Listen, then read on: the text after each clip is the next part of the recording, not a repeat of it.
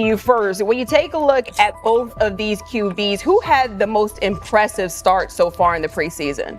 Well, to me, it was Shedeur. I didn't see any interceptions when he was out there. Didn't see anything like that. I mean, don't get me wrong. I don't think Dillon Gabriel did a bad job. I was impressed with the brother, but I'm going to go with Shedeur. You know, the pressure was on him. The spotlight was on him. Stephen A. Smith didn't just call out Dillon Gabriel. He held him accountable and made him rethink his comments. The moment Dillon Gabriel spoke and went after Shedeur Sanders, it wasn't a minor slip. He crossed the line and stepped directly into Stephen A. Smith's wheelhouse. And Smith answered with a clear, direct response that left no room for misinterpretation. The comparisons were emanating from the media more so than anybody else. And that's what I think, that's exactly who I think he was directing his comments towards. Having said that, Dillon Gabriel, respectfully, it was stupid. A very dumb comment to make. First of all, let me tell you something right now. In every walk of life, far beyond the parameters of a football field. This wasn't casual sports commentary, it was a decisive critique. Dillon Gabriel's comments were taken apart by Stephen A. Smith with clear, direct points. Gabriel, a quarterback with solid stats but limited top-level achievements, chose to take a public shot at Shedeur Sanders. Shedeur, who has handled sustained media scrutiny and on-field expectations, became the target of an unnecessary criticism. Smith responded by challenging Gabriel's standing to make that claim, and by defending Sanders on the facts. The outcome was clear. Gabriel overreached, and Sanders didn't deserve the hit. Dan Orlovsky would sit up here in comparison to Shedeur Sanders, who did no such thing, and say, hey, thought he looked better. I got to give him the edge here. I thought it wasn't bad. A pick six and a fumble, and we can get over fumbles. Have you heard anybody say that? I know it's possible. Have you ever heard anybody say, we get over? Stephen A. Smith responded immediately. As soon as Dillon Gabriel made his comments about Shedeur Sanders, Smith delivered a clear, point-by-point critique that drew national attention across the NCAA media cycle. Dillon Gabriel has a reputation as a good quarterback, not a dominant one. He can post strong numbers against opponents like Tulsa, but his performance has been inconsistent when the stakes and competition rise to playoff level. Well, those who produce get treated differently than those who don't. What he said echoes the mentality of all of America practically, and most certainly the world, as we see things being globalized more and more every day. It was a stupid, idiotic, immature comment, because clearly you were feeling the heat because a lot of people was talking about how Shedeur should be QB. Dillon Gabriel is a capable quarterback, but not a standout. Even so, he chose to talk down to Shedeur Sanders, a quarterback who has navigated constant scrutiny and pressure and still represents the future of a program that was struggling before he arrived. The comparison was weak. The criticism was unnecessary. Stephen A. Smith recognized that and dismantled Gabriel's argument with a clear, direct response. How the Browns react to this, how the locker room reacts to this, how Shedeur reacts to this, because it was a clear shot at Shedeur. But let's say Dillon Gabriel's talking about the media. How could you be a brand new quarterback in the NFL and the first time you get behind a mic after your first game, you throw the media under the bus?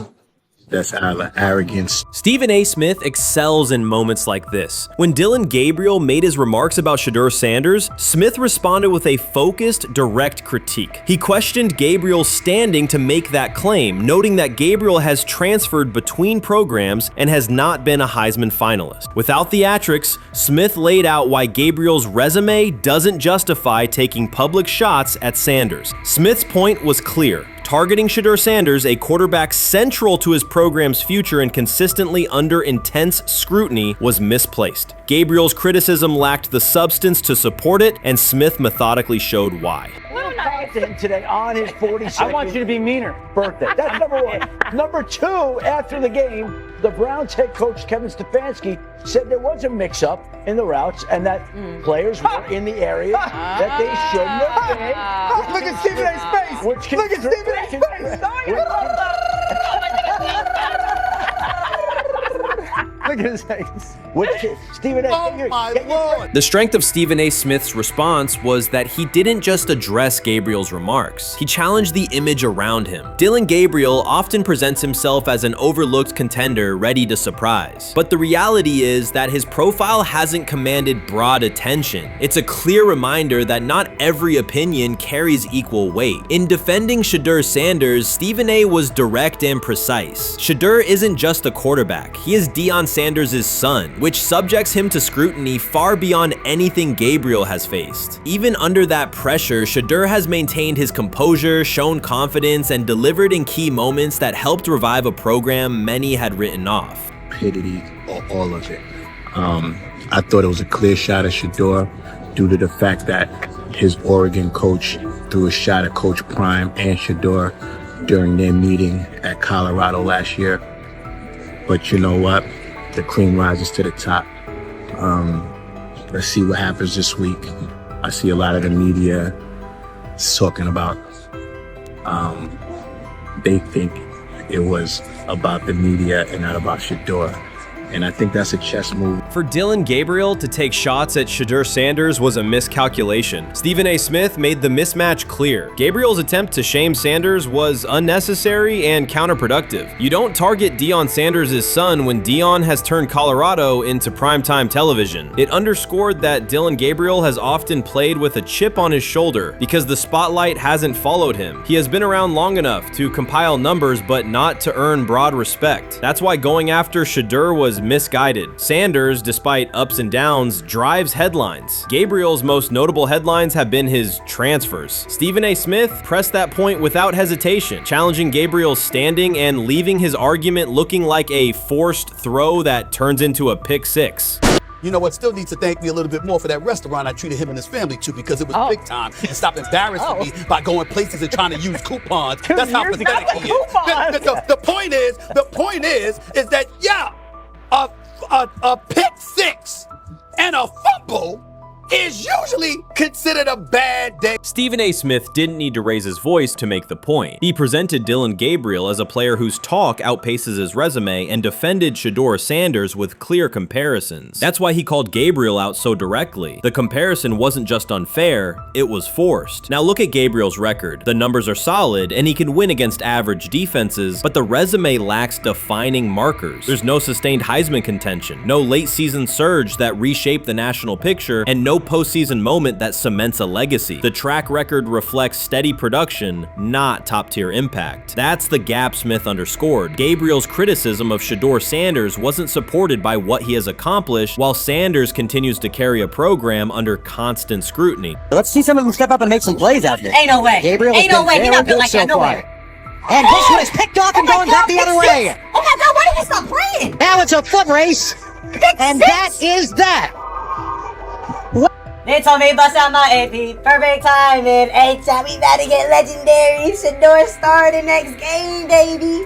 Shout out Dillon though, you know what I'm saying? Bro, I love you, my heart. What am I bigger than cheese, bro? You know what I'm saying? But Shedeur got it. Shedeur Sanders is a national brand who draws viewers for both performance and result. Dillon Gabriel's attempt to diminish him read as resentment. And Stephen A. Smith called out the insecurity and lack of awareness directly. Colorado under Deion Sanders is prime time, and Shedeur sits at the center of that spotlight. If Gabriel expected the sports world to agree while he took a shot at Shedeur, he misread the moment. Smith dismantled the argument and questioned the credibility behind it. Gabriel will move on. He'll keep playing, give interviews, and have fans, but this exchange will trail his media profile as a reminder of a misstep. It's a clear example of a resume that doesn't justify taking public aim at a quarterback carrying that level of scrutiny and responsibility. For the Cleveland Browns preseason game today is that the way that some white folks watched Shedeur Sanders last week is the way that some black folks were watching Dillon Gabriel today. And it's not Dillon Gabriel for Dillon Gabriel's sake. Most folks don't have a problem with Dillon Gabriel. It's what he represents, which is the disrespect of a black person for no other apparent reason than they are a confident black person. Dillon Gabriel thought he was aiming up. Instead, he was placed back among quarterbacks who are good but not great. Stephen A. Smith made the central point. Dillon Gabriel doesn't shape the conversation. Sports are about narrative as much as numbers, and Gabriel's story doesn't move the culture, while Shedeur Sanders does. Smith highlighted that contrast clearly. By the end, Gabriel's credibility had taken a measurable hit. The critique was decisive and sent a broader message to any player considering public shots at Shedeur Sanders. If you step into that debate, you will be held to a higher standard and your resume will be tested. Dillon Gabriel learned that the hard way. what it is that they're doing is they're treating Shedeur Sanders like a 5th-round pick. Right. We're not covering every 5th-round pick in the NFL hoping that he gets an opportunity to be the starter on day one. We felt like, oh my goodness, they got a diamond in the rough. Shedeur Sanders fell to the 5th round. They felt like they evaluated him there, and that's where they picked him. And they're playing the guy that they picked in the 3rd round over him because they evaluate him at a higher level than what they do Shedeur Sanders. And I get it. The Cleveland Browns are once again creating problems of their own. Their latest misstep centers on Shedeur Sanders. Ryan Clark and Dan Orlovsky have both noted that Cleveland is repeating the same mistakes. The team spent valuable draft capital and is now undermining that investment. This reflects a persistent issue in the organization's decision-making. It's not just a football decision, it's a pattern of self-inflicted setbacks. Habits and some of the traits that we saw show up in college were very prevalent this past weekend against the Rams. Holding onto the football, catching the snap and not reading the defense, kind of evaluating what the defensive line is doing, and then trying to see if you can go make a play, and that's the concern. Okay, it's 1st and 10. They want a play-action double move at the bottom of the screen. The route doesn't win, and then the protection breaks down a little bit. You're taught as a young quarterback, protection breaks down, find the closest check down. It's right there, it's 1st and 10. He gets to like the 4th part of the... The Cleveland Browns have long carried a reputation for instability. Even when it appears they are turning a corner, the organization finds a way to create new problems. Momentum gives way to questionable decisions and progress stalls. The latest situation centers on Shedeur Sanders. It highlights recurring issues in leadership, planning, and execution. Instead of establishing a clear path forward, Cleveland risks undermining its own investment. There's a lot of players who feel like they should have been picked at a certain spot, should have been viewed in a certain way. But when you get on these teams, it's about developing the team, not doing what's individually best for a certain player. And that's what Kevin Stefanski has to do. And I get it. We want to say all the reasons why what's happening to him isn't right.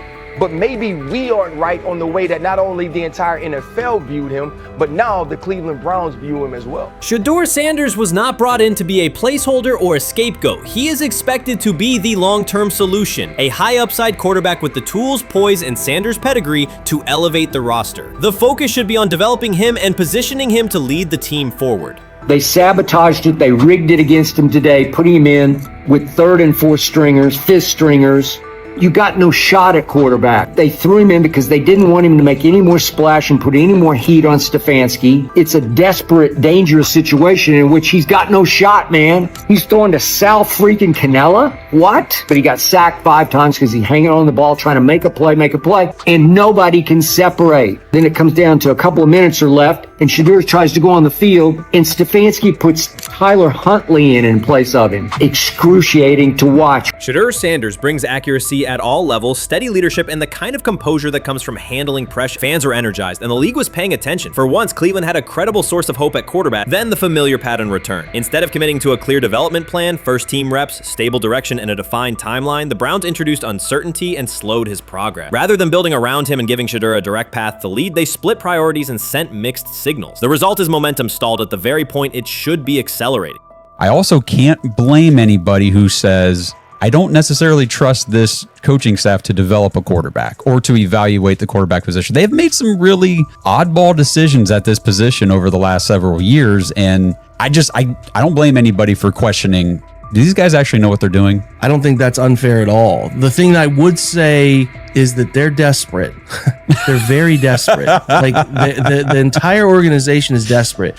And if you really think they're going back to the coaches' offices and all getting around the table after session. This wasn't about scheme or play design. It was a pattern of mismanaging a young quarterback. From the start, the signs were clear. Shedeur Sanders arrived at camp without priority first-team reps or the confidence-building snaps a rookie need. Instead of a defined development plan, he was asked to compete from behind, treated like a depth option rather than a long-term starter. The message was, earn it later rather than build it now. When game action came, he was put on the field with limited preparation. Protection was inconsistent, and the play calling did little to ease his transition, more a stress test than a structured debut. The approach emphasized survival over progression, creating conditions where mistakes were likely and growth was harder to achieve. Analysts Ryan Clark and Dan Orlovsky highlighted the same points. The issues reflected organizational choices, not a shortfall in Sanders' ability. This was not a rookie collapsing under pressure. It was a franchise failing to provide the support, reps, and clarity required for a first-year quarterback to succeed. Shedeur moves slowly, kind of trying to see what's going on.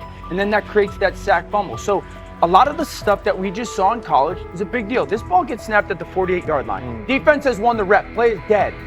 Throw the ball away. It's first down. But instead we run and it's a 2.5, 3-yard loss. So instead of being 2nd and 10, we're 2nd and 13. We're dead. Again, here's the opportunity to throw the juke route. Hold, scramble. So some of those things that I was and others were concerned about on the college tape showed itself again.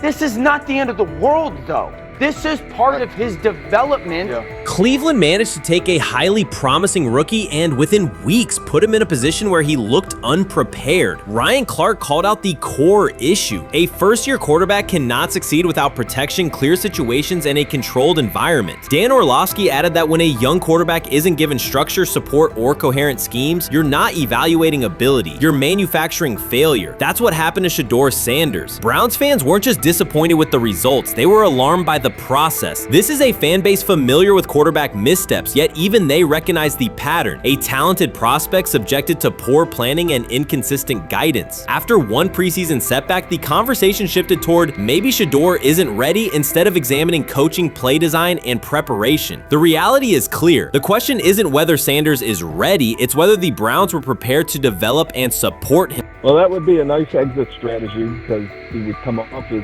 doing Shedeur a favor. I mean, one's got to go, right? One's got to go, to clear this thing up. At some point, but I'm sorry, I know they don't care. If they were to trade Shedeur Sanders now after that preseason performance and he would go on to be good. The organization has cycled through quarterbacks for years, and the pattern is unchanged. Blame the player, protect the system, and repeat the same mistakes. Fans are split. Some argue Shedeur Sanders needs time and support, while others treat one rough outing as proof he isn't the answer. That division hides the real problem, the Browns' process. This isn't Shedeur failing, it's the team failing Shedeur. Across the league, successful teams create clear development paths. Kansas City brought Patrick Mahomes along behind a veteran and tailored the offense before handing him the job. Houston committed to CJ Stroud, built around his strengths, and let him grow with consistent direction. Smart teams invest, protect, and show belief. Cleveland did the opposite with Shedeur. Uneven reps, inconsistent protection, and unclear plans. Then question the outcome. That's not development, it's organizational mismanagement. These players have played a tremendous amount of football. Right. And I remember last year when Bo Nix came out of Oregon, we talked about all the easy throws Oregon creates. Right. The level of the skilled players that are around him. And then we watched Bo Nix acclimate to the NFL game extremely quickly. I see a lot of those same traits in Dillon Gabriel. He gets the football out of his hands. He takes the throw that's available to him. He plays on time. And part of whether or not you get an opportunity to get on the field is the people that you're competing against. And I don't mean this in any disrespectful way to Shedeur, because I'm not only a fan, it's somebody I want to see succeed. The Browns will likely present this as part of a deliberate development plan, tough standards, resilience building, and testing a rookie under pressure. In practice, it isn't development, it's a damaging approach that undercuts growth. The organization has not shown a consistent model for nurturing young talent, and Ryan Clark and Dan Orlovsky highlighted that publicly. After Shedeur Sanders stumbled in a preseason game, the reaction was immediate. Headlines, polarized fan takes, and sweeping conclusions about his readiness. The front office offered little acknowledgement of the conditions he was placed in. Clark's point was direct. You do not evaluate a rookie by how he looks in a setup designed for failure. You evaluate him when he's properly supported. Orlovsky explained how poor coaching choices, protection, sequencing, and role clarity can quickly erode confidence and stall development.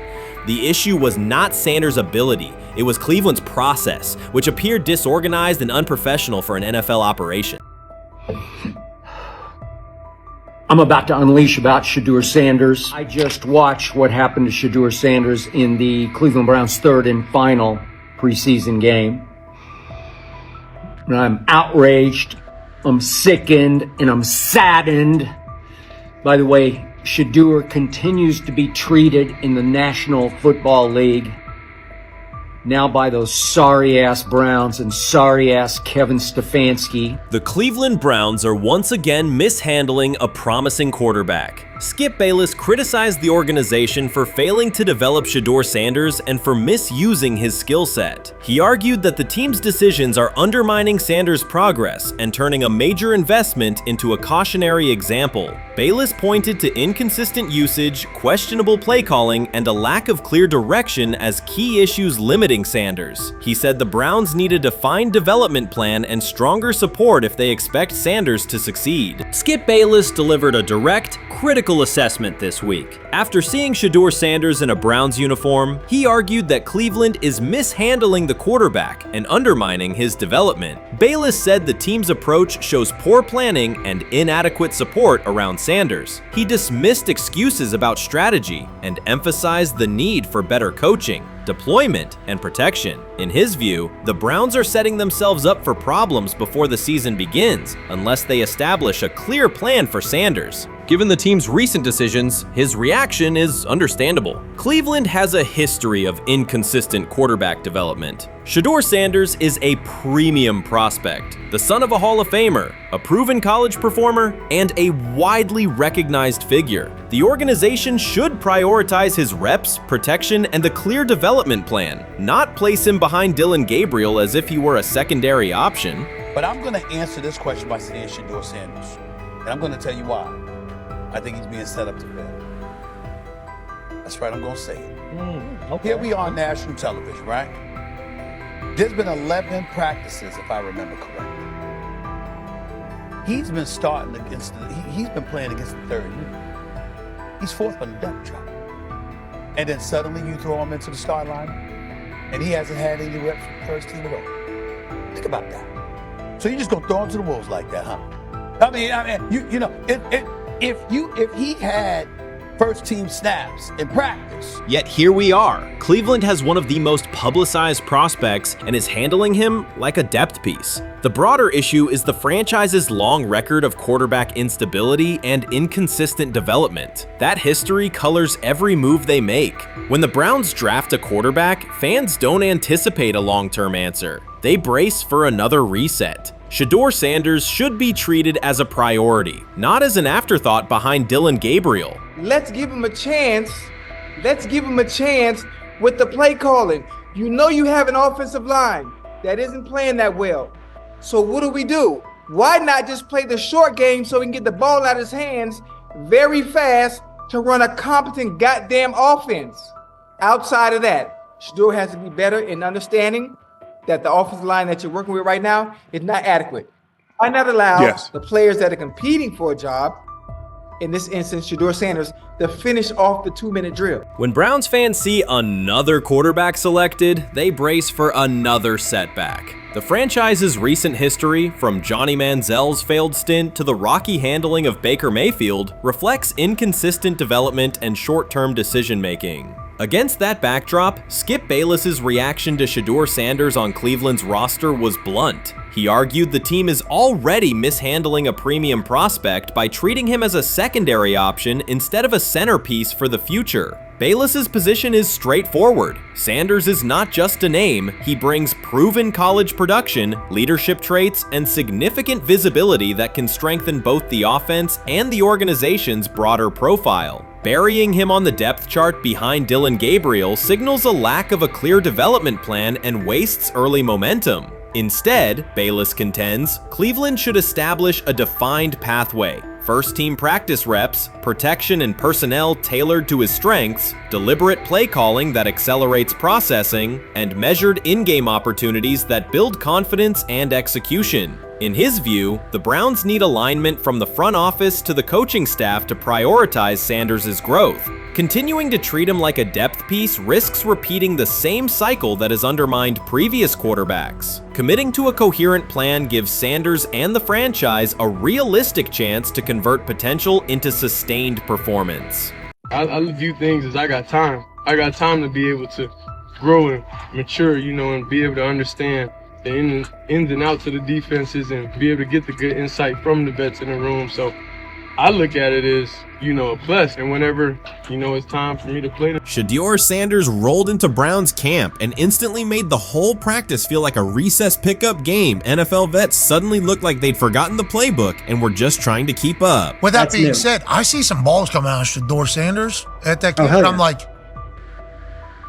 kind of looks like a guy. Yeah, I'm ready. He can sling it. Ready to. I see him, some of the veterans, how they talk to him, mic'd up, see what he's doing in the community. Yep. Talking about Njoku there? Njoku, Mike Knapp. Yeah, once you see, different little interactions and things like that, I know he has the talent. We'll see. It'll be a competition that usually brings the best out of guys, especially young guys. So I'm interested to see how that quarterback situation. Right after Shedeur Sanders tightened his cleats and the Browns settled in for what they figured was a routine camp day, the whole vibe tilted sideways. No blazing comet, no UFO touching down at midfield, just a swagger-charged quarterback striding in like he'd crashed the wrong league and thought, yeah, I'll stick around and run this show. The Browns had no clue what storm was rolling in. You'd expect an NFL team to do a quick scout, maybe pull up a highlight reel or two, but nope. They greeted Shedeur with a shrug, only to watch him seize the field on snap one and run the whole operation like a seasoned pro. First and foremost, he's been the best quarterback in camp. Now look, Joe Flacco ain't had many opportunities. There was a whole day I saw he didn't throw the ball at all. Here's my theory on the situation. They already know who's starting in the number 2 is. They already know. Joe Flacco and Shedeur Sanders is already locked up. You're missing the boat, people. You're missing the boat.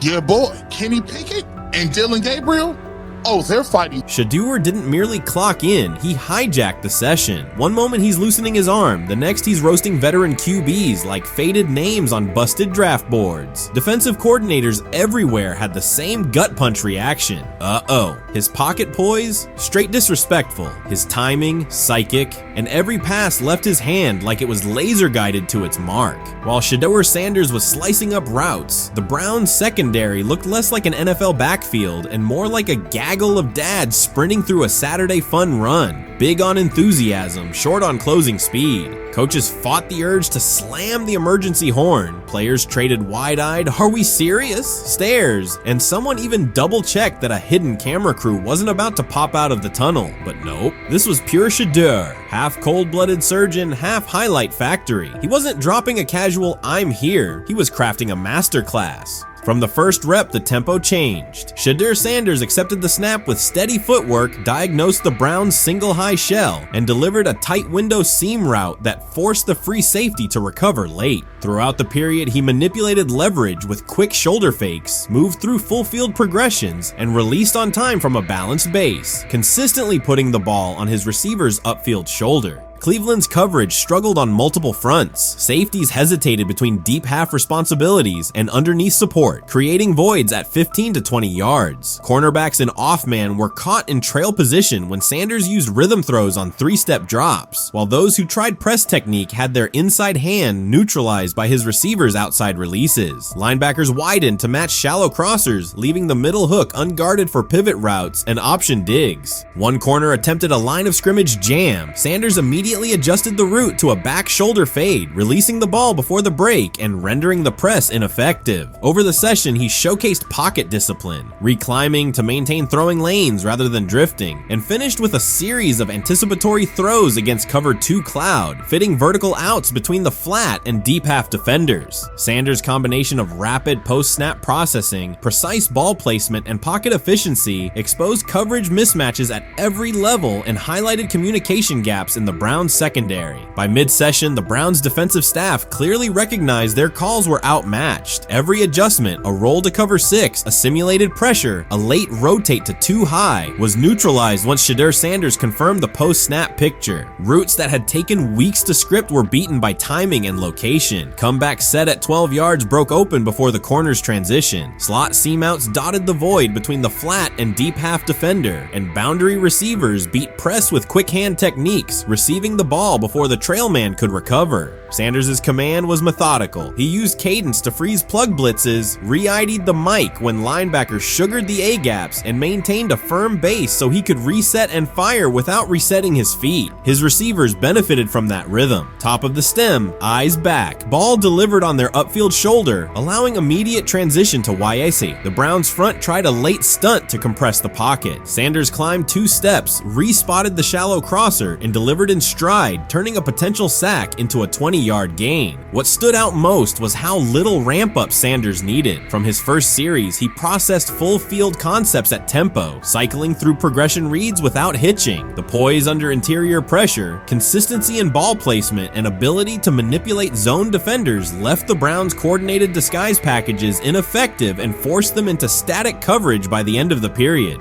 In short, Sanders' efficient mechanics, rapid processing, and anticipatory accuracy rendered Cleveland's defensive game plan ineffective at every level, from pre-snap disguise to post-snap spacing. Imagine there's many people that think Dillon Gabriel's a better quarterback than Shedeur Sanders. I don't care where they were drafted.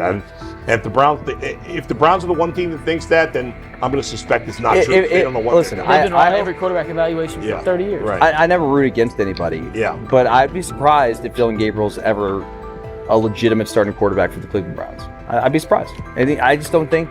Well, then it is a wasted pick because you took him in the top 100.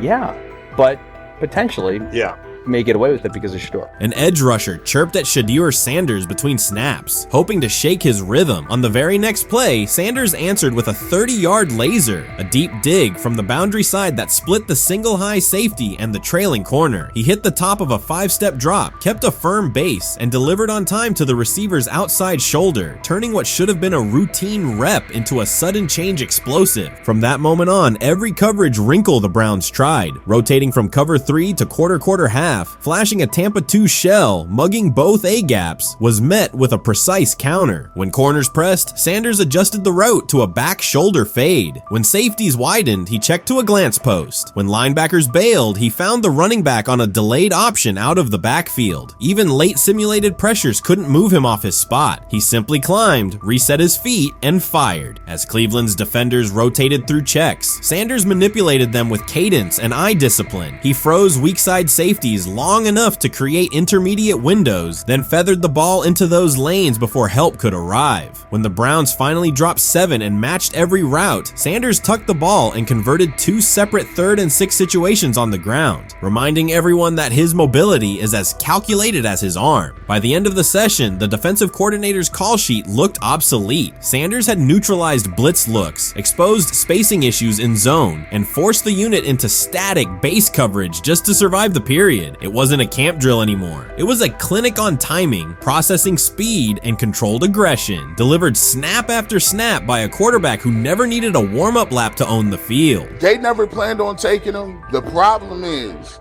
like Ocho Cinco said, you got somebody that has endeared himself to the locker room. And guess what? The difference between him and Tim Tebow, the biggest one, is he can play. He can throw the ball. Tim Tebow running around being an H-back. He can throw the ball. And he's done everything he needs to do. He ain't saying nothing. He ain't rocking the boat. He ain't mad about the reps. He ain't mad about none of that. All the people out there want to see is this, like Tyler said earlier. We want to see what he can do with Jerry Jeudy. That's it. I want to see what he can do with David Njoku. I want to see him with Junkins. I want to see him with the first running backs. If you are cooking, if you are beating down the doors with the 3s and 4s, guess what? You deserve more. From the first team period on, Cleveland's secondary looked a step slow. A deep third safety hesitated on a post-snap rotation, leaving Shedeur Sanders free to climb the pocket and fire a 22-yard out that arrived before the defender could plant and drive. The supporting cast around him, players fighting for roster spots, not Pro Bowl invites, benefited from his command. Sanders used tempo to control the defensive front, altered protections at the line, and located throwing lanes so quickly that one receiver didn't register the catch until he crossed the goal line. As the Browns tried new personnel groups, coverage busts multiplied. Starters slipped out for hamstring stretches while rookies rotated in, only to find the ball arriving on their blind side before they'd completed a midpoint squeeze. On a later 3rd and long, Cleveland finally closed the interior rush lanes, compressing the pocket with 3 defenders. Sanders pivoted through the traffic, stepped into a narrow escape window, and, without resetting his shoulders, whipped a no-look pass to the boundary curl for a fresh set of downs. The throw turned a potential sack into an explosive play and left the coaching staff scrambling for answers. The people who are fascinated by Shedeur for whatever reason, whether it's his play, I guess, last year was kind of fun. If you're just like a guy who grew up like loving Deion Sanders and passed that love on down to your kids, I can see why you're like that. The one thing I will give them is you're looking at this quarterback room. If you're a fan of Shedeur and say, why can't he go beat Dillon Gabriel or Joe Flacco or Kenny Pickett? So I do understand that part of it, right? Because why not? Why couldn't he be the Brown starter in October or November? That looks like a quarterback room where everyone will get a chance to start. That's exactly what he says. I'm told the footage of Shedeur Sanders meeting with the Giants is so bad that both the Browns and the Sanders family have threatened legal action if it is published. The New York Giants have released audio from their draft interview with Shedeur Sanders, and the disclosure has drawn intense public reaction. Fans want to know whether Sanders made critical remarks and why the Giants shared material that should have remained confidential. The situation revolves around an open microphone, contentious comments, and the broader implications of the leak. The New York Giants published a brief, edited segment from their interview with Shedeur Sanders and withheld the remaining footage. Observers are debating whether this was a strategic public relations decision or an attempt to discredit him. The team has offered no additional explanation, and many fans view the limited release as inadequate and potentially misleading. They are demanding full transparency and accusing the organization of orchestrating a negative narrative. While criticism of Sanders is vocal, his supporters are responding with equal intensity. There was another team that he sat down with. What do you mean it didn't go well after that? So, he was pissed that they did that to him. They did that to him. He counter confronted the same thing they do to every other quarterback prospect. They did that to him. They slide in a mistake to see if you catch it. Right. And so because you're the quarterback. But he didn't take it as a correction. He took it as like he got pissed off. Yeah, and it's like so here's another one. So another one was, he throws a bad interception, and it was a deep throw early in the game, and he comes back and they go in the meeting, they show the interception. The Giants have released only a brief excerpt of the interview and are refusing to share the rest. Their decision has drawn criticism across TikTok, X, and Facebook, where many see it as a poorly handled public relations move. Fans are calling for the full recording to be published so the situation can be judged in its entirety. The GM is on film that the son, they asked the son last draft, yo, who you think I should pick? His son like, yo, you need to get the Jaden Daniels, big. This is what his son, it's on tape. You should go Jaden Daniels. He laughing at his son. And all right, cool, get Jaden Daniels. I don't even know how that tape got out. I wouldn't have let the get out. Shedeur Sanders appears unfazed by the situation. Although the Giants suggested he was more hype than substance, their handling of the interview has instead elevated his visibility. Analysts across major sports outlets are now discussing him more than before, keeping his name prominent in the news cycle. New York Giants, where these tapes at? You hear me? Because if Shedeur Sanders was so unprofessional, y'all would have leaked the tapes for the whole world could see, right? Cause understand, it's a lot of he say, she say. But one thing I do know, as a young black man growing up in this world, being straightforward and not sugarcoat anything. The Giants' PR team appears to reject Sanders' family connection outright, a decision many view as unprofessional and lacking nuance. Internal discussions seem to have dismissed quarterbacks with prominent relatives as poor fits for the organization, revealing limited awareness of public perception. The response was swift. A single edited clip ignited widespread debate on social media, with fans asking why essential segments were held back and what the team might be hiding. Critics argue that if the full interview contains nothing damaging, the club should release it in its entirety. Online discussion intensified immediately and continues to gain momentum. What they do during the film and the combine and the meetings is teams will install mistakes intentionally planted in the install, and they want you to catch them. Shedeur didn't. And when a coach called him out, once again, it didn't sit well. It's like, bro, there's not many teams needing quarterbacks, especially since Pittsburgh appears to have a deal with Aaron Rodgers and Tennessee's getting Kale Moore. The Giants' decision to withhold the full interview has produced an unintended result. Instead of diminishing interest in Shedeur Sanders, it has intensified it. Media outlets and analysts are now examining every on-field rep, press comment, and public appearance as evidence of how he conducts himself under scrutiny. Each throw, adjustment, and answer is tracked and evaluated against league standards, reinforcing the view that he remains composed and professional. Many fans contend that the organization has misrepresented Sanders and suggest the issue may stem from the Giants' view of his father, Deion Sanders. They see the partial release as an attempt to raise doubts about his character by association. That perception has only made his profile more compelling. The discussion has shifted from whether he deserves a high draft position to how effectively he withstands sustained pressure. Sanders is now regarded not just as a talented prospect, but as a symbol of resilience, central to debates about transparency and organizational strategy. Even if the Giants eventually provide more context, the visibility they have created for him is unlikely to fade. The most fun yet the most difficult thing I cover and we cover all year long is not games, it's the NFL draft. Because I've said this many times,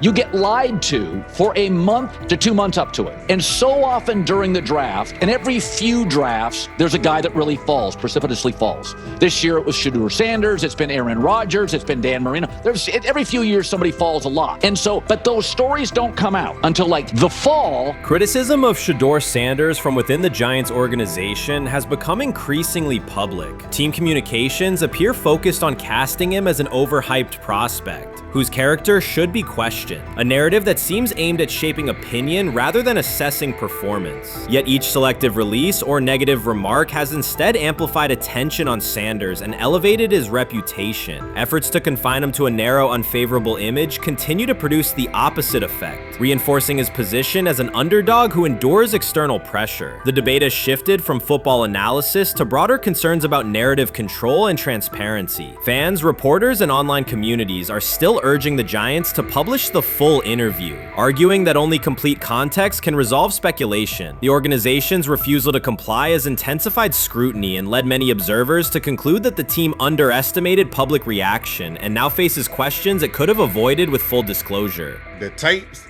the New York Giants have the tape. They definitely have the tape. It's confirmation that they have the tape. Shedeur didn't do nothing. Is what they saying he did. I'm gonna tell you what these mixed reaction right here. So we already know about the New York Giants, but the Pittsburgh Steelers head coach Mike Tomlin reported admired Sanders' talent, but hesitated to draft him due to previous challenges with quarterbacks like Russell Wilson and Justin Fields, leading to more cautious approach. Las Vegas Raiders. Sanders met with Raiders at the NFL scouting combine and expressed enthusiasm about potentially joining the team. His familiarity with the West Coast offense and quick release was noted positive, though concerns about his ceiling. Hours after the Giants posted that short audio clip, the timeline never slowed. Comment threads filled with frame-by-frame breakdowns, lip-read attempts, and side-by-side comparisons of what was said versus what was left out. Reporters called league contacts. No one could explain why a franchise would stir this level of curiosity only to seal the vault. Each refusal sharpened focus on Shedeur Sanders, turning routine throws into national talking points. Analysts kept circling back to the same note. His cadence at the line looks unchanged, steady against the noise. Hashtags demanding the full interview, trend drop, and trend again. Podcast hosts bump scheduled segments to lead with the leak. Rival teams get asked how they would handle a similar situation, then quietly check their own archives. Inside Giants headquarters, the plan to shape the story looks less like strategy and more like a slow burn spotlight they can't switch off. And now every preseason snap, every media availability, every stray sideline camera angle gets fed into a loop that asks, what are they still hiding? The file remains locked. Curiosity keeps compounding. Until someone presses upload or steps to a podium and explains the redactions, the subject drifts away from depth charts and play design, fixing instead on secrecy, control, and the risk of underestimating how fast attention turns pressure into permanence. Momentum isn't fading, it keeps recalibrating, louder, impossible to mute. He lied to us all when he said that this was going to be an open competition, a four-man open competition when it comes to the QB situation up there in Cleveland, in which From the looks of it, all we've seen it be was a 3-man race. The only people that has been getting reps in with the first team or with the veterans are Joe Flacco, Kenny Pickett, and Dylan Gabriel. We've never seen my boy Shedeur Sanders get a chance to get in. Even with him doing the things that he has been doing up there, he has yet to get in with the... Shedeur Sanders was caught off guard by Coach Kevin Stefanski's recent remarks, which have sparked talk of bringing in another starting quarterback. Commentators are debating whether Stefanski's comments reflect eroding confidence in Sanders or a brief lapse in judgment, but the rookie now faces intensified scrutiny over his role. The Browns, we got an analyst that says that Shedeur Sanders should have some kind of a ban? Banishment of some kind? Come again? Say what? For what? And we've got, this would be more troubling. If I'm a Browns fan, and this is where we're going to start, potential dissension in the ranks of the front office and the coach. And over what? Quarterback. When a program's headline quarterback suddenly becomes the subject of sideline murmurs and quiet searches for replacements, the situation is unmistakable. It's a breach of trust. Shedeur Sanders, the passer who put Colorado back in national conversations with his production and profile, has just received a clear message that his job security is in question. Coach Kevin, the assistant previously considered to be in Sanders' corner, made remarks that ignited speculation about changing quarterbacks. Fans, analysts, and even Deion Sanders are now reassessing the team's unity and its true plan for the position. The comment was no accident. It was a deliberate signal that the staff may soon elevate a backup. For perspective, Shedeur Sanders did not step into ideal conditions last season. He was sacked so often that Colorado could have dedicated a locker to every opposing edge rusher who reached him. Could I possibly go to bat for Kevin Stefanski as a great head coach? No, I couldn't. Could you go at bat against him, saying he's a horrible head coach? No, I can't. I think that's why we fall in the middle. I think that's why in a lot of these discussions, and that's why a lot of the rankings, you see him right now in that 15 to 20 range, somewhere in that middle pack of NFL head coaches. I've said earlier, Kevin Stefanski has already been given more head coaches than any coach I've ever seen in Cleveland. Starting with the decision to move on from Baker and him clearly still having another level to get to in Tampa. Last season, Shedeur Sanders often had to operate behind an offensive line that provided minimal protection, yet he still delivered precise throws and critical drives. At times, he seemed to be carrying a struggling roster almost on his own. Despite the constant pressure, he never complained, never threatened to transfer, and never acted entitled. He remained with Colorado because he trusted the program, trusted his father, and believed in the team's larger mission. That loyalty is why Coach Kevin Stefanski's recent statement that the quarterback competition is wide open struck so sharply. The remark implies that Sanders' starting role is insecure, as though the player who absorbed countless hits while holding the offense together is simply another name competing with walk-ons and first-year athletes who are still learning the cadence. This goes beyond ordinary coach language about fostering competition. It introduces genuine uncertainty about the staff's confidence in Sanders and invites speculation that Colorado is actively assessing outside options through the transfer portal. By characterizing the position as vacant, Stefanski has planted seeds of doubt that could quickly evolve into rumors and undermine the stability of the locker room. I'm sorry, but when it comes to quarterback, I'm gonna defer to my head coach, generally speaking, especially one with Stefanski's track record and how he's viewed across the league. So this is interesting because it tells you Kevin Stefanski's not a Shedeur Sanders guy. And it also tells us who made these picks. Exactly.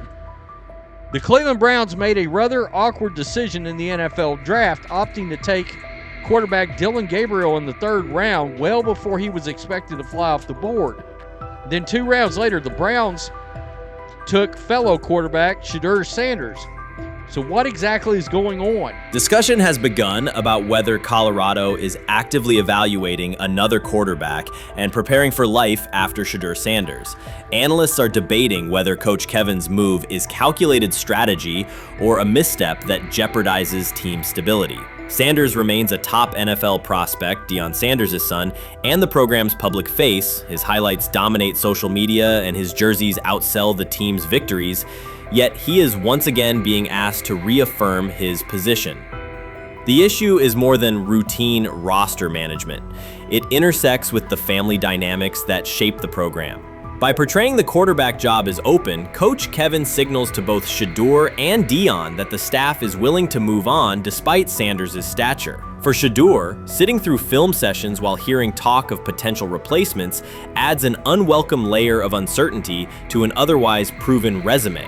The decision may reflect a desire for a quarterback with a different profile, perhaps someone more mobile and system-oriented, rather than a dismissal of Sanders' accomplishments. Sometime last week, and then, and I just tweeted that out again this morning, and then today, the Joe Flacco one got posted. So running through this, and then of course we'll still have Dylan will be next, and then Shedeur will come last. As training camp nears, Mary Kay Cabot is providing straightforward analysis of the Cleveland Browns quarterback competition. The starter has not been named, but she has moved away from her earlier skepticism of Shedeur Sanders and now acknowledges his talent and potential. Cabot explained that if Joe Flacco is chosen to start week 1, it will mean he is the most prepared to play immediately. This approach would also give younger quarterbacks such as Kenny Pickett time to adjust, refine their skills, and maximize their potential while Flacco handles the early workload. She added that a Flacco start would not prevent Sanders from earning the position later in the season. The depth chart remains flexible, and Sanders' continued development could put him in line for an opportunity as circumstances evolve. Cabot also noted that Pickett could win the job for week 1, but he must demonstrate he can integrate smoothly with the offense and perform reliably under pressure. The Browns want a leader who can control the huddle, execute plays efficiently, and maintain composure. Pickett's performances in upcoming practices and preseason games will be critical in determining whether he secures the starting role or Sanders ultimately takes the reins as the season progresses. Things like that. It doesn't mean that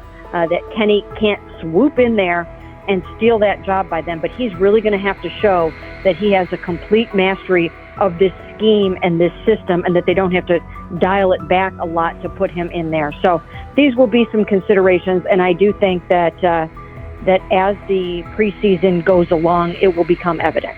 Mary Kay Cabot recently stated that Shedeur Sanders is ready, and the Cleveland Browns are monitoring him closely. After a strong showing during organized team activities and minicamp, Sanders has made notable strides in his development. With continued progress, he is expected to return to the field prepared to contribute meaningfully. The Browns coaching staff is tracking his growth, and anticipation about his long-term role is increasing. Cabot added that if Sanders maintains this trajectory and continues to demonstrate poise within the team, he will have a legitimate chance to earn the starting quarterback job. Each practice rep strengthens his case, reinforcing the possibility that his development could benefit both the player and the organization. As Sanders impresses, discussion about his future in Cleveland becomes more compelling. Cabot also emphasized Sanders' advanced understanding of the offense. She noted that his football IQ appears in every drill and that he seems ready to execute the Browns system at full speed. His ability to process defenses quickly and make decisive reads distinguishes him from his peers. With the appropriate opportunity, Cabot believes Sanders could become a genuine difference maker for the Browns. One area Cabot highlighted is Sanders' command of pre-snap adjustments. His capacity to diagnose defensive fronts and communicate changes gives him an edge and reflects high football intelligence. If he translates those reads into consistent connections with his playmakers, he could elevate the Browns' offense significantly. By comparison, Cabot said quarterback Dillon Gabriel is still refining his grasp of complex terminology and play calling. While Gabriel possesses upside, Sanders' comfort with intricate concepts and his ability to manage tight pockets under pressure give him a clear advantage at this stage. Gabriel must sharpen those elements to compete at Sanders' level. Cabot previously reported that Sanders had already earned first-team practice snaps ahead of Gabriel. Her latest update confirms that Sanders is now approved as the Browns' starting quarterback, solidifying the organization's commitment to him as QB1. Expectations are high, and his response to the challenge will be closely watched throughout training camp and preseason. Cabot further noted that head coach Kevin Stefanski authorized Sanders to take expanded first-team reps beginning next month. This milestone underscores Sanders' readiness and the coaching staff's confidence in his progress. As the regular season approaches, Sanders aims to cement his status as the starter, and the competition for that position is intensified. Though Sanders leads the race, Kenny Pickett remains in contention. Cabot stressed that Pickett must prove he can integrate seamlessly with the offense and perform consistently under pressure. His performance over the next several weeks will determine whether he can challenge Sanders for the starting role.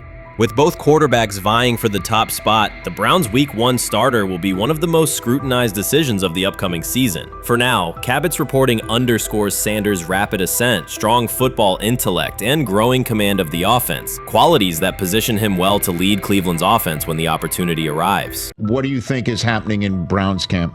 What do you think's going to happen there before I let you go, Lewis? You know, I think it really does all depend on how Kevin is able to, as it relates to Shedeur, work him in enough. Well, one, Shedeur has to earn the right for Kevin and the staff to have discussions about, hey, we got to get him more reps with the ones and twos. We got to get him more reps with the ones and twos when we're going team period, not just walk through or not just 7-on-7 team. Louis Riddick reacted sharply on air after viewing practice footage from the Cleveland Browns. The clip showed quarterback Shedeur Sanders executing a string of precise throws while the Browns head coach watched with a broad smile. Riddick questioned whether the session was focused on evaluation or celebration, arguing that visible enthusiasm from the staff could cloud objective assessment of a rookie's progress. Earlier in the segment, Riddick's tone had been measured once the Sanders highlights appeared. He criticized the perception that a routine practice was being treated like a marquee event. He stressed that coaching reactions should remain subdued until performance translates into game situations. Riddick concluded by calling for accountability and asking the Browns to clarify how they plan to manage expectations for Shedeur Sanders as training camp continues. Couldn't imagine me myself saying, hey, you know what, as someone who has been at the very bottom to try and ascend to like some level of success, I could never imagine going, you know what would be really cool? I'm gonna play a joke on someone like this and pretend that I'm a GM and I'm drafting you when actually I'm not, and then I'm gonna hang up and just giggle about it. Man, what the hell are we doing? Seriously, what are we doing when we think that kind of crap is funny? I don't know. Trying to get likes on TikTok. I don't have the right words for it. Right, Lewis, I'm gonna say this. I don't have the right words for it. Few situations unsettle a former front office executive faster than watching coaches celebrate a rookie quarterback before pads come on in August. In Louis Riddick's view, the Browns staff did more than acknowledge promise. They acted as though they had already secured their franchise leader. Throughout the session, Shedeur Sanders delivered 40-yard throws off his back foot, ran crisp 2-minute drills, and displayed steadiness rare for a first-year player. According to reports, each successful rep drew audible admiration from the sideline, highlighting how quickly enthusiasm has escalated. When Riddick reviewed the same practice tape and heard the glowing comments, he challenged the reaction on live television. He argued that a few controlled drills should not override the methodical scouting and development work that normally guides roster decisions. Riddick's criticism focused less on Sanders' talent than on the evaluation process. He warned that comparing a prospect to established stars or joking about renaming the stadium creates pressure before the player has taken an NFL hit, faced a disguised coverage, or logged a preseason snap. Praising potential is acceptable, he said, but anointing a savior in July risks repeating the organization's history of premature quarterback expectations. Sanders brings confidence shaped by his father's legacy and his own disciplined preparation, yet Riddick insists that progress must be confirmed over time. He urged the Browns to temper public excitement, follow a structured development plan, and reserve celebratory reactions for on-field results that matter. Regular season production under live pressure, not highlight clips from a midsummer workout. He has to earn that. Kevin has to figure out a way to do that. So then you can reasonably assess what you have in him compared to Dillon Gabriel, compared to Kenny, compared to Joe Flacco. If you don't, then the conversation surrounding him is going to continue to be what it's been, which is, but for some people, he was overhyped all along. He's not that great of an athlete, doesn't have a big enough arm. There's a reason why he was a 5th-round pick, blah, blah, blah, which I don't believe.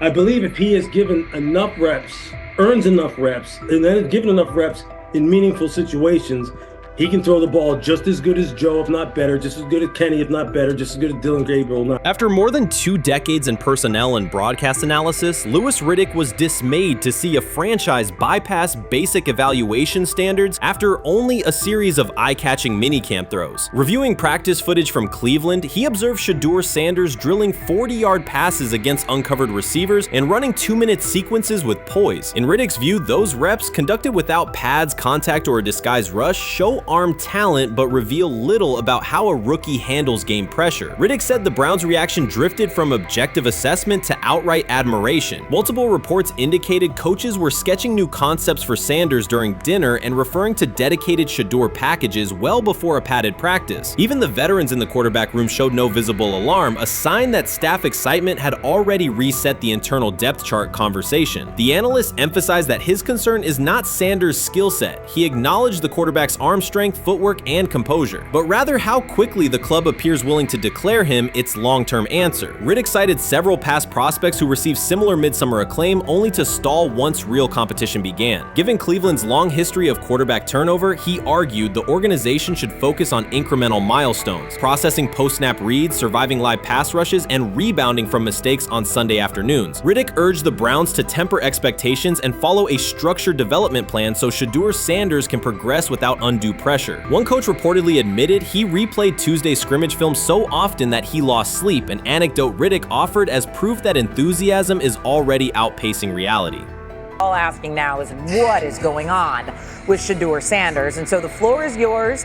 Maybe you can make sense of this free fall with what was at one point the top-rated quarterback in this draft class.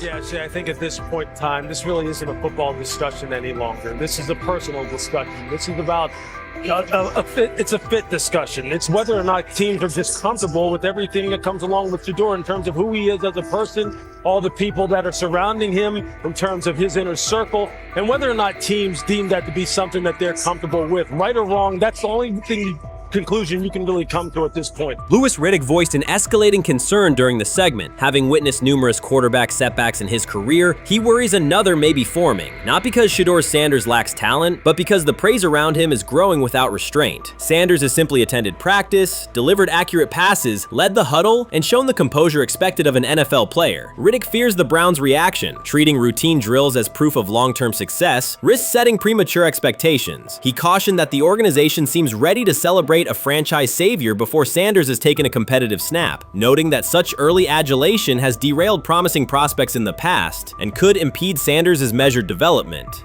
The rumors have ended. The decision is public. Cleveland Browns owner Jimmy Haslam has informed every level of the organization that unless an unforeseen injury intervenes, Shedeur Sanders will start at quarterback in Week 1. The announcement is not an informal suggestion or a quiet push in the background. It is a direct order. Multiple independent reports, amplified most visibly by Colin Cowherd, confirm that Haslam delivered the directive himself. From the owner's viewpoint, the logic is simple. No one else on the roster offers the same combination of talent, leadership, and long-term upside. Joe Flacco is approaching the twilight of his career. Kenny Pickett has shown flashes but remains inconsistent. Dillon Gabriel, taken in the 3rd round, is a developmental project. By contrast, Haslam believes Sanders can alter the franchise's trajectory immediately, and he refuses to allow internal hesitation to stall that possibility. The standoff traces back to April. General manager Andrew Berry and head coach Kevin Stefanski entered the draft wanting a low-profile prospect who would fit quietly into the existing depth chart. They prioritized scheme familiarity, modest public attention, and a clear developmental timeline. When the board lined up, they reached for Gabriel in round 3, reasoning that an early investment would justify keeping a rookie on ice behind the veterans. But Sanders continued to slide, first through day 2, then deep into round 5. Haslam watched the names come off the board, convinced the league's bias against Deion Sanders' outspoken son was obscuring legitimate first-round talent. When Cleveland's 5th-round pick arrived and Sanders was still available, Haslam intervened. He did more than approve the choice, he overrode the original plan, making it clear that the organization would select Sanders and give him every chance to compete. From that moment on, the Browns' internal narrative splintered into 2 camps, those ready to accelerate around their owner's vision and those still trying to protect their original approach. Once rookie minicamp began, Sanders erased much of the speculation. He commanded huddles, processed coverages quickly, and delivered throws with anticipation that belied his draft slot. Teammates noted his willingness to accept blame for missed timing, then correct the error without dramatics. While Flacco and Pickett split most first-team reps, Sanders treated limited opportunities as full-speed auditions. During organized team activities, he identified justified blitz looks, redirected protections, and consistently found his second read when the primary route was covered. More than one defensive veteran told local reporters that Sanders looks like the best arm in the building. That assessment forced Barry and Stefanski to reevaluate their timetable. They could no longer label Sanders a long-term project without contradicting on-field evidence. Drafting Gabriel 2 rounds earlier had provided the staff an excuse to slow roll Sanders' ascent. Coaches could point to investment cost, meeting room familiarity, and installation comfort to justify Gabriel's snap share. Yet each practice rep in which Sanders outperformed the third rounder weakened that shield. Behind closed doors, position coaches began requesting more Sanders film for cut-ups, and offensive assistants quietly shifted meeting questions toward concepts the rookie already executed well. By mid-June, Barry himself started describing Sanders not as a developmental asset, but as a competitive option.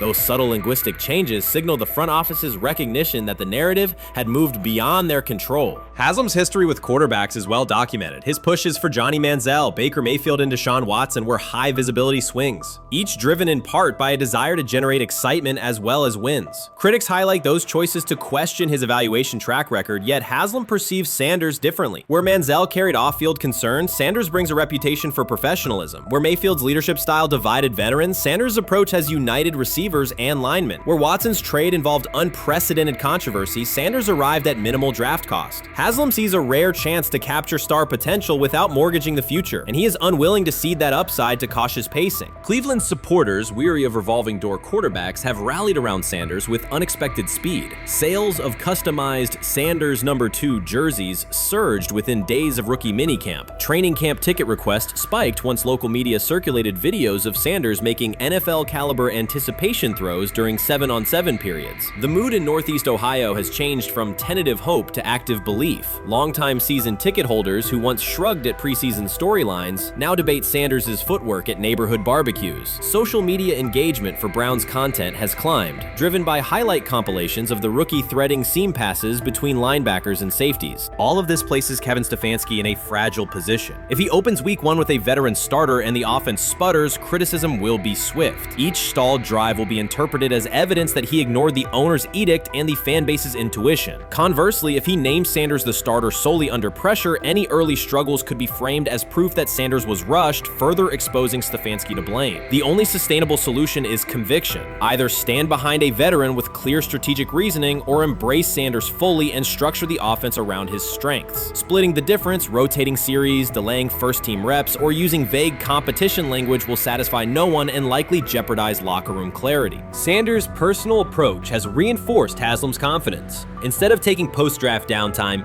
he traveled to Texas to train in full Browns gear at facilities near his father's home. The leaked clip of Sanders executing footwork drills in helmet and pads wasn't a marketing ploy. It was a glimpse into a quarterback visualizing Week 1 live. Team personnel who viewed the footage recognized purposeful rehearsal, cadence calls, pocket movement against simulated pressure, and follow-through adjustments based on imagined rush lanes. Observers asked why a rookie would conduct such intense solo sessions in May. The answer is straightforward. Sanders does not view himself as a developmental pick. He considers himself the starting quarterback of the Cleveland Browns and prepares accordingly. On pure ability, Sanders' arm strength ranks with the league average for starters. His accuracy to the intermediate middle, an area where the Browns' current scheme generates high leverage completions, has drawn consistent praise from receivers. The primary areas still under review are blitz recognition and live bullets and timing on deep outbreaking routes versus press coverage. Those developmental checkpoints are significant, yet daily practice reps show acceleration. In contrast, Flacco's mobility limits the boot action game that Stefanski installed to help Mayfield early in his tenure. Pickett can extend plays, but struggles to attack tight windows between linebackers and safeties, an essential requirement in Cleveland schematics. Gabriel remains an unknown at NFL speed. Thus, the competitive landscape favors Sanders sooner than the coaching staff originally planned. The franchise now stands at an inflection point. Haslam's mandate, the locker room's growing support, and the fan base's enthusiasm all tilt towards Sanders. The front office's earlier strategy, anchored in patience and quiet development, is increasingly untenable. Barry's shift in messaging indicates grudging alignment, but final authority over the depth chart rests with the coaching staff, unless ownership directly intervenes on game day decisions. a move rare but not unprecedented in the NFL. Should Stefanski align with the owner and name Sanders the starter before preseason concludes, he can claim proactive vision and tailor the offense through training camp. Should he resist and open with a veteran who falters, he risks rapid loss of credibility and possibly his position. Either path carries pressure, but only one aligns with the momentum sweeping through the building.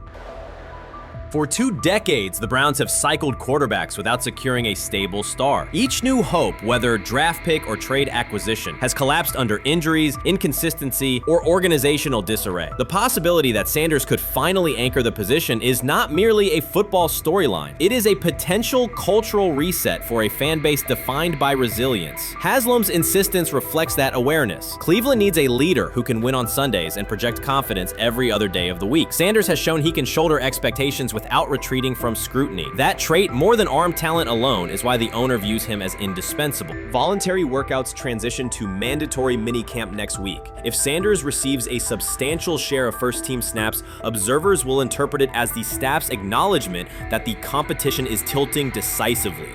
A public declaration may not follow immediately, but every rep allocation is a signal. If, however, the staff continues funneling most top unit snaps to Flacco or Pickett, tension will escalate. Local media will question the evaluation process. National analysts will debate the merits of letting a rookie learn through live action versus controlled practice. Inside the facility, players will recognize any disconnect between performance and opportunity, and unity could fray. The Browns have reached a decisive moment. Shedeur Sanders has demonstrated the skill, poise, and work ethic to justify starting in Week 1. Jimmy Haslam has publicly positioned him as the future, and by implication the present, of the franchise. Kevin Stefanski and Andrew Berry must either endorse that vision or brace for the consequences of delaying it. For Cleveland fans, the significance is clear. A legitimate chance to exit the cycle of quarterback uncertainty and rally behind a signal caller capable of commanding the field and galvanizing the city. Whether that opportunity is seized promptly or postponed will define the Browns' 2025 season and likely the tenure of the decision makers involved. You can't fire the owner because he can't fire himself. Yeah, someone's head's going to roll, unfortunately, in this situation, and it's probably Stefanski and Berry. I saw on The Athletic. I don't think that's fair, by the way. Stefanski, that part. I agree. I was saying the other day on my podcast that Berry should be fired, and I said I wouldn't fire Stefanski, but a couple of people made the point of saying, well, if you fire the GM, you got to give him a chance to hire his own coach, which is fair. That's true. So I would fire Berry. I would hire a new GM. If that GM thinks Kevin Stefanski's a good coach, wants to stick with him. The situation in Cleveland has escalated with the NFL. Sources indicate GM Andrew Berry is prepared to move on from head coach Kevin Stefanski if he refuses to elevate Shedeur Sanders. The Browns are weighing a major quarterback change. Leadership appears to be aligning behind Sanders and pushing for immediate action. This is a high-stakes decision about control and the team's direction. I think it's unfair for me to comment in I guess, maybe on behalf of the industry. All I can say is this, the time that we spent with Shedeur, and what he's done throughout his college career is impressive. He's an impressive young man. He's a really good quarterback. Sometimes, fit comes into play. And I'd also say this, there are 4 more rounds of the draft. And then maybe lastly, it's less about where you get picked and what you do after you get picked. That's really the most important thing. Getting to know him over the course of the spring, he has a ton of resolve. Andrew Berry appears to be at a breaking point. Pressure from fans and within the organization to play Shedeur Sanders is intensifying. Berry is pushing for a move towards Sanders, while head coach Kevin Stefanski remains cautious about altering the depth chart. The divide is clear. One side wants acceleration, the other a measured rollout. The organization is under heavy scrutiny, and the focus has shifted to when, not if, Sanders sees the field. Has the 4th highest odds of any head coach this season to be fired. He's clearly on the hot seat. It's been a discussion for really a couple years now, dating back to last season's 3-win season. And he's always had kind of hot and cold seasons. And now the sports books are saying he's 4th on the list.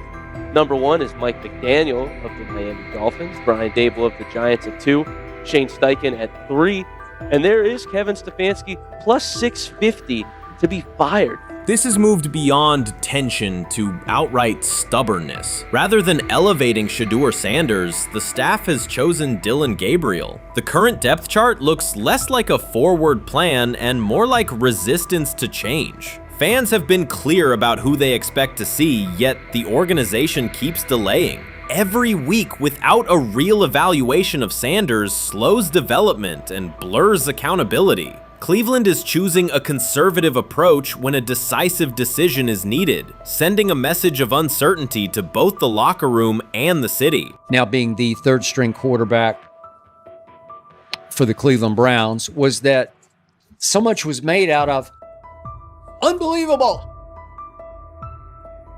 He actually made the team as the third string quarterback. Like that was a big deal. Like that was somewhat of a surprise to a lot of people. He should have been the first pick in the draft. Kevin Stefanski appears to be doubling down to validate his approach. Despite sustained demand from Browns fans to see Shedeur Sanders reflected in chants, merchandise, and constant discussion, he continues to keep Dillon Gabriel in front on the depth chart. The decision functions as an assertion of control rather than a response to momentum. Even with clear signals from the fan base, Stefanski is staying with Gabriel and delaying a full evaluation of Sanders. It is a deliberate choice to maintain his plan and pacing, not to accelerate change. Cleveland is prioritizing continuity over recalibration, keeping any transition to Sanders on hold. But yeah, I mean, the Browns are in a tough spot. They have wasted. You traded a ton of high draft capital to get Deshaun Watson. You've gotten nothing out of Deshaun Watson and missed an opportunity. Like, who knows who they would have drafted? Now, maybe they would have screwed up those picks and the Browns would still be in bad shape. Andrew Berry is likely frustrated watching Dillon Gabriel default to conservative throws while the offense stalls. From a football perspective, this appears to be the hill Kevin Stefanski is choosing to stand on. Keeping Gabriel ahead of Shedeur Sanders has limited the unit's explosiveness and prevented a full evaluation of a higher ceiling option. Drives end quickly, field position flips, and momentum is lost while Sanders remains on the sideline. Fan patience is wearing thin. Each ineffective series intensifies criticism and shifts scrutiny toward the coaching staff's criteria for the depth chart. With every additional snap for Gabriel, the decision reads less like an open competition and more like rigid adherence to a plan that isn't producing results. The optics are clear. A dynamic quarterback sits while a cautious approach keeps the offense in neutral. If this continues, accountability questions will grow inside and outside the building. What performance benchmarks keep Gabriel ahead of Sanders? When will Sanders receive first-team reps in live situations to allow a fair comparison? The front office must decide whether to preserve continuity or pivot toward a timely assessment of Sanders. The longer the current approach stays in place, the more it signals stubbornness rather than adaptation, and the more pressure mounts to realign the plan with on-field output. I honestly see it happening if the Browns lose a bunch of games. Like if they get 5 wins or less, I see the report coming out now that Stefanski will be fired. I don't want it to happen. I want the Browns to be good, win a bunch of games. I think that they're going to be a team that is slept on and can at least get 7 wins, which is why if they don't, I see Stefanski getting all the blame for that, and there'll be a new coach in Cleveland. Because their players, to me, are there once again. We've talked about the incredible rookie class. The approach in Cleveland lacks consistency. One week, Andrew Berry signals he wants Shedeur Sanders on the field. The next, Dillon Gabriel gets the reps and the plan stays conservative. Through it all, Kevin Stefanski shows limited urgency despite pressure on his job security. Fans are asking for an offense that can push the ball, change field position, and produce points. Instead, the unit leans on short throws and cautious sequencing. Gabriel's play keeps the ceiling low and momentum static, while a full evaluation of Sanders is postponed. The result is growing frustration and a clear disconnect between the front office, coaching staff, and expectations in the stadium. The NFL tried to teach him and his father a lesson. You don't act like that. You don't talk like that before a draft. We'll show you how our game is played. We will watch you plummet all the way. I think he would have gone undrafted except for that owner in Cleveland. And he is the key to everything because he is something of an against-the-grain maverick owner. He's kind of a wannabe Jerry.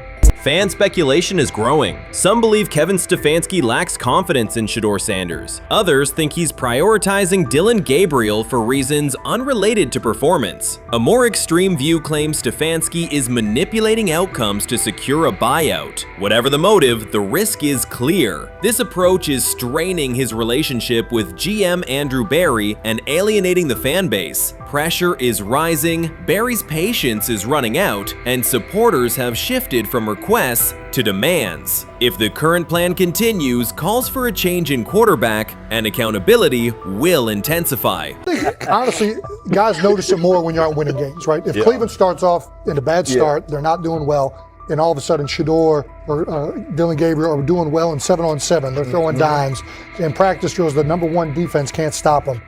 People take notice of that, and the more that the players see it, they're gonna. Then the comments start happening over the lunch table. They start happening throughout the building, and that's when the pressure really will get severe. The Cleveland Browns were focused on resolving their quarterback situation until Jason Kelce made pointed comments that triggered a strong reaction from ownership. The response inside the organization was immediate and intense. What exactly did Kelce say that has the dog pound on edge and the front office under pressure? We've seen that miserable game by the Cleveland Browns. So they throw Joe Flacco in there, and I like Joe Flacco. He did good, but they gave him the resource of all the first-team guys. Then they throw Dillon Gabriel in there with first teams and second teams. So Dillon always is getting protected. The same thing again, they gave this scrub max protection on every play. Yeah, he completed some passes, but let's talk about his mistakes. He's still inconsistent with his throws, but he at least had max protection. The Cleveland Browns continue to be defined by inconsistency and avoidable setbacks. Even as fans hoped the organization had turned a corner, Jason Kelce, fresh off retirement, offered a direct critique that reignited doubts about the team's direction. His remarks implied the franchise's structure and decision-making remain unstable and recent progress may not hold. The takeaway for leadership is straightforward. Identify core issues, align on a coherent plan, and execute with discipline. For supporters, it's another sign that the problems run deeper than a single season. They throw Shedeur Sanders in there with the lowest cab drivers you couldn't even get on 5th Street. And I'm pissed off, bro, because the play calling was abysmal. Look, even if you don't like Shedeur didn't even get a chance to be trash.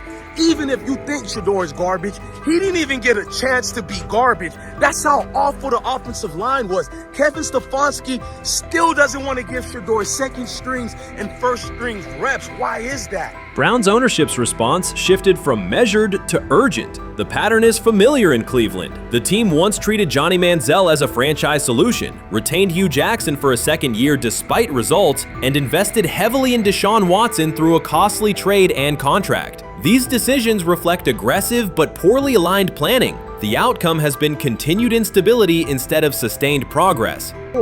That this was the guy that they wanted to start. He's seasoned, he's experienced, he still has a big-time arm, even at his age, and they open with the Cincinnati Bengals. They wanted that experienced guy. He was always going to be the guy. They were not going to start Dillon Gabriel or Shedeur Sanders in week 1. Kenny Pickett had a hamstring injury. It makes it easy to go with Joe Flacco. And the question isn't and wasn't going to be who's the starter in Cleveland. The question is, who's going to be the backup in Cleveland? Who's going to be the number 2 quarterback when they open the season against these Bengals? Fans still show up season after season, expecting improvement and bracing for setbacks. The usual pattern has been early optimism followed by a gradual collapse. But last season was different. For a sustained stretch, the Browns looked organized and competitive, resembling a functioning team. Couple days, 3 days until roster cutdowns, how do you feel about that? Do you feel like you belong here on this team?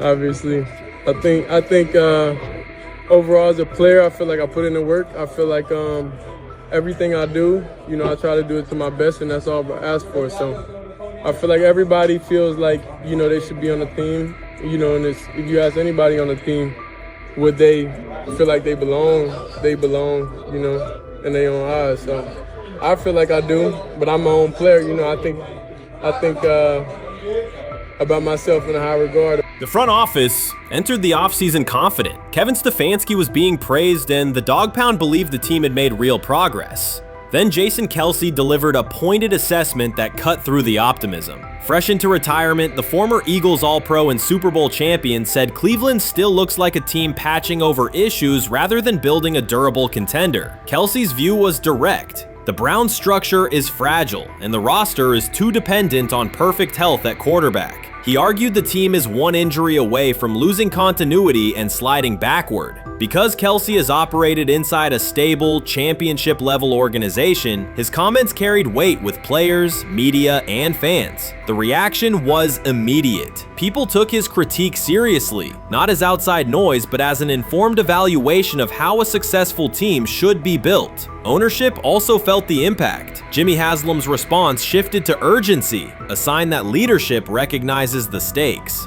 The criticism arrives in the context of prior high-risk decisions, especially the fully guaranteed $230 million commitment tied to Deshaun Watson. Watson has missed time and shown inconsistency when available, and the contract has constrained flexibility. Kelce's remarks highlight why depth, alignment between the front office and coaching staff, and a clear contingency plan at quarterback are non-negotiable. The takeaway is straightforward. Cleveland must convert last season's progress into a stable framework, protect the quarterback, deepen critical positions, and establish a plan that survives injuries and short-term setbacks. Without that, the games that fueled optimism will remain temporary. If you're a betting man, who do you think starts for the Browns at quarterback? Okay, this is the situation. Kenny Pickett, they actually traded for him. Joe Flacco, no one's bringing Joe Flacco in the building thinking Joe Flacco's going to be the starter. If Joe Flacco is your starter, you got a problem. You have a huge problem. And if they were saying Shedeur was the starter as the 5th rounder, you got a real problem too, because he passed over all these guys in these reps in the offseason in shorts, in bikini shorts, Speedos and stuff. Like, no. That kind of stuff. So I'm not that surprised. When you put down a 3rd round pick on a quarterback, you do believe he has a certain skill set. Jason Kelce stated the obvious. Cleveland committed to a quarterback who hasn't played at an elite level in years, and Joe Flacco's playoff run didn't change the long-term outlook. Ownership appeared more upset that the criticism was public than by the substance of the critique. Many fans agreed. They've seen this pattern before. Rosters age, injuries are inevitable, and when a single contract dominates the cap, one setback at quarterback can undermine the entire season. Kelce's broader point was about structure. The Browns prioritized the high-cost, uncertain starter over depth and contingency. The late-season surge masked issues that remain: limited cap flexibility, thin depth at key positions, and an offense that lacks a credible Plan B. Fans recognize how quickly a strong defense can decline with injuries, and how an offense without redundancy stalls. The AFC North raises the stakes. Baltimore with Lamar Jackson sustains a top standard. Cincinnati with Joe Burrow returns to contention when healthy. Pittsburgh rarely slips below .500 under Mike Tomlin and wins with defense and consistency. In that environment, Cleveland can't rely on perfect health or peak form from one player. The path forward is clear. Diversify cap allocation, reinforce the offensive line and receiver depth, carry a legitimate backup plan at quarterback, and install a scheme that functions regardless of who is under center. Given what we saw yesterday with Shedeur Sanders, somebody on the Cleveland Browns is 100% getting fired, probably by the end of this year. The person who's probably going to end up getting fired is Kevin Stefanski, because I know that he didn't want Shedeur Sanders on the team. It was Andrew Berry who made that pick. You can't really go against your GM. Bad things happen in this situation. But Shedeur Sanders is not without fault for what we saw yesterday. This is the play that we saw yesterday that has the internet just exploding, where Shedeur Sanders took like a 24-yard sack.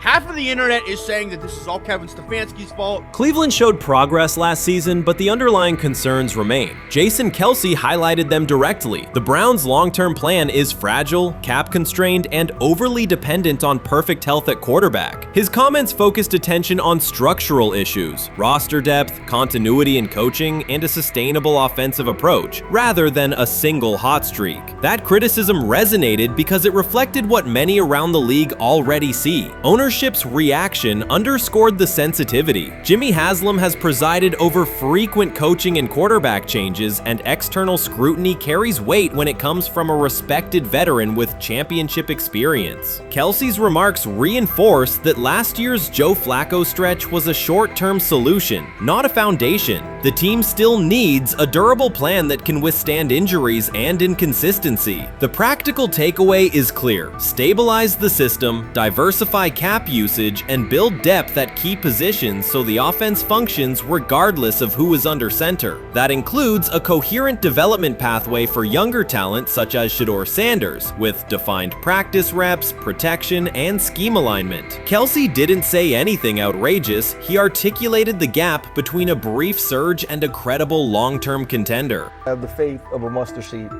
right? Because this is the greatest resurrection since Jesus the Christ, right? Like at some point, Joe Flacco was thinking about getting into TV, right? Joe Flacco didn't have a job, and then now you not only come back and start for the Cleveland Browns late in the 2023 season, but they came back around to you. You're now the day one starter for a franchise that just 2 years ago was in the playoffs. The Browns' quarterback situation remains unsettled. Deshaun Watson was expected to be the long-term answer, but injuries and inconsistent play have prevented him from reaching an elite level. When the team turned to Joe Flacco after Watson's season deteriorated, Flacco immediately lifted the offense and produced results that highlighted the gap between expectations and reality. That a 39-year-old late addition could outperform a $230 million starter was not just a short-term surprise, it raised fundamental questions about roster construction and evaluation. Quarterback depth has been fragile, and the late-season surge masked broader structural problems. Jason Kelsey's remarks made that clear. Cleveland is vulnerable if the starter is unavailable, cap flexibility is limited, and the offensive plan lacks a stable contingency. His critique drew attention to leadership and planning as much as on-field performance. Jimmy Haslam's strong reaction reflects the pressure on ownership. The organization has promoted a message of stability and progress, but Kelsey's assessment suggested those gains are not yet durable. The path forward requires a realistic approach to the cap, a credible backup plan at quarterback, and a system that holds up regardless of personnel. Urban Meyer's roster history underscores the absurdity.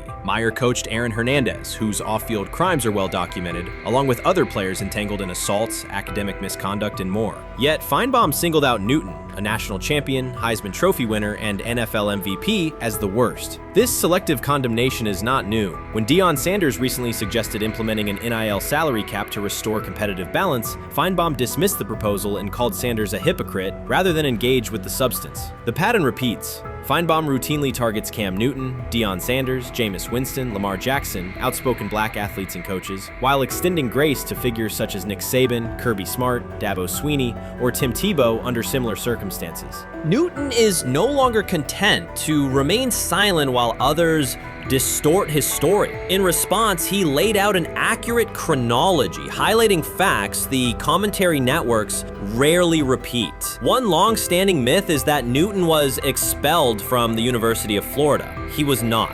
Tim Tebow held the starting job unchallenged, and Meyer had no intention of displacing his star. Like thousands of athletes each year, Newton transferred to find a place where he could play. The move was strategic, not disciplinary. He is, with 3-2-2-5-3-17 to transfer to and Moorbeck, Meyer was. Critics habitually resurrect the 2008 laptop incident to tarnish Newton's entire career. Newton has acknowledged the mistake, but its relevance is overstated. The incident did not prompt his transfer, nor did it derail his trajectory. After leaving Florida, Newton enrolled at Blinn College, a Texas JUCO powerhouse, and led the Buccaneers to a national championship while posting dominant statistics. That performance earned him the opportunity to transfer to Auburn. At Auburn, Newton produced one of the most extraordinary single seasons in collegiate history. More than 4,000 yards of total offense, 50 combined touchdowns, an SEC title, a national championship, and the Heisman Trophy. Achievement compressed into a single year under intense scrutiny. Even that landmark season is recast by Feinbaum as a cautionary tale.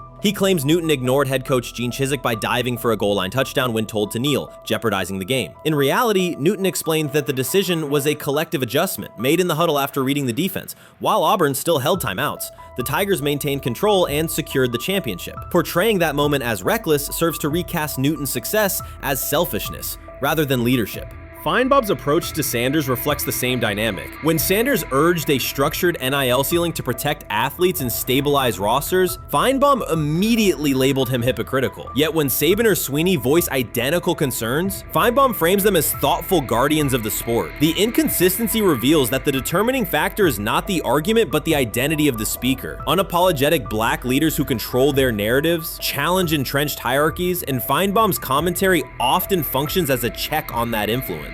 Newton countered Feinbaum's latest attack with a concise statement. "You're lying, Paul. Please stop." Behind those words lay a broader indictment of the media machinery that weaponizes half-truths. By calling Newton the worst player Meyer coached, Feinbaum was seeding doubt among fans, front office evaluators, and future historians. Newton, now an established media presence and entrepreneur, no longer depends on traditional outlets to correct the record. He reminded audiences of 3 essential truths. He departed Florida on his own terms, he led Auburn with support from coaches and teammates, and he captured every major accolade available in college and professional football without conforming to prescribed expectations. An unspoken rule lingers in American sports discourse. Black athletes may excel, but must do so quietly, gratefully, and without highlighting systemic inequities. Newton broke that expectation early by celebrating with unreserved joy, answering questions candidly, and refusing to minimize his personality. For some commentators, that confidence is reinterpreted as arrogance. Feinbaum's repeated attempts to undermine Newton follow a familiar script of policing behavior rather than analyzing performance. Yet, legacy rests not in a pundit soundbite, but in tangible achievements and public memory.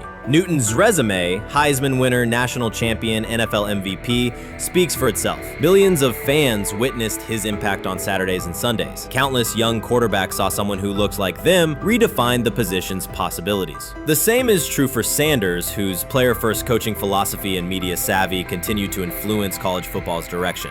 Feinbaum's commentary cannot erase these realities. Newton, Sanders, Winston, Jackson, and others have already secured their places in football history. By publicly confronting misinformation, Newton set a precedent for athletes who now possess the platforms and technology to present their stories unfiltered. The microphone no longer belongs exclusively to legacy broadcasters. Newton holds it now, and he intends to keep it. A decisive shift that reduces the gatekeeper's influence and ensures that accomplishments are judged on merit rather than narrative manipulation. Shedeur Sanders doesn't ask for excuses. He hasn't blamed limited reps, patched together receiver groups, or fourth-string offensive linemen struggling against Cleveland's second-team defense. He shows up, works, and demonstrates why he belongs. On day 3 of Brown's training camp, for the first time since OTAs, he finally received something close to a fair opportunity. He lined up with the second unit during an 11-on-11 period and made the most of it. In 8 plays, he did what he typically does when given a chance. He executed. He went 2 for 2 on a quick series, finishing with a decisive throw to tight end Blake Whiteheart that immediately caught the sideline's attention. There was no hesitation in his drop, no unsettled feet, and no panic. Just firm, accurate timing and clean operation. It raised an obvious question. What has taken so long for the Browns to evaluate him with a functional group? The story isn't only about one throw, it's about the delay before it. Sanders has been the guy for most of his football life, commanding high school programs, starring in the Southwestern Athletic Conference at Jackson State, then operating under national attention at Colorado. For the first time, he's been told to wait. He has treated that reality as part of the job rather than a setback. He has prepared like a professional since the moment he arrived, and on the 3rd day of camp in heavy heat, he let the football represent his case. While coverage focused on the veteran presence of Kenny Pickett and Joe Flacco, Sanders made an impression with minimal volume. The difference with the second team was immediate. Protection held up, routes were on schedule, and progressions unfolded as designed. Within that structure, he looked like the quarterback who led efficient offenses at Jackson State and Colorado. Calm in the pocket, decisive in his reads, and accurate to tight windows. This was not simply a good practice period, it was a clear statement. He was not just operating the script, he was directing it. The timing was sharp, the reads were clean, and the seam throw to Whiteheart was a high-level anticipation throw, professional and placement and pace. The narrative around Sanders should reflect that when he is placed in a workable situation, his strengths are visible. Early work with 4th unit personnel included protection issues and unreliable spacing. With the 2nd unit, those variables stabilized and his work looked consistent with his resume. The performance supported a straightforward conclusion. The evaluation should move forward with higher quality reps. Sanders has been explicit about his approach. He does not request special treatment. He intends to be prepared so that when an opportunity appears, he can step in without a drop-off. He has said he wants to be ready for anything and not offer explanations after the fact. That mindset fits what teammates and coaches have observed. A quarterback focused on the assignment, not the conversation around it. The conditions were demanding: relentless sun, heavy humidity, and a practice tempo that stressed decision-making. Many players fatigued as the session wore on. Sanders did not show signs of rushing reads or forcing the ball. He managed the pocket, reset his base when necessary, and continued to deliver on time. The path he has taken, HBCU starter in the SWAC, then Power 5 starter under constant attention, has prepared him for compressed evaluation windows. He has been under scrutiny for years. The heat did not change his process. He moved defenders with his eyes, anticipated breaks, and stepped into throws with balance. The crowd was not chanting his name, and there were no ovations. That was irrelevant to the task. He is focused on the locker room and the staff, and he is building credibility the same way he did at previous stops, by being reliable when the ball is snapped. Quarterbacks coach Bill Musgrave has emphasized ignoring external noise and keeping attention on install, footwork, and timing. Sanders is familiar with the dynamic. He has been followed by cameras and commentary since his early teens. He has experience living with attention and still adhering to routine. Under heat, with a narrow set of snaps and multiple decision points, he stayed composed and effective.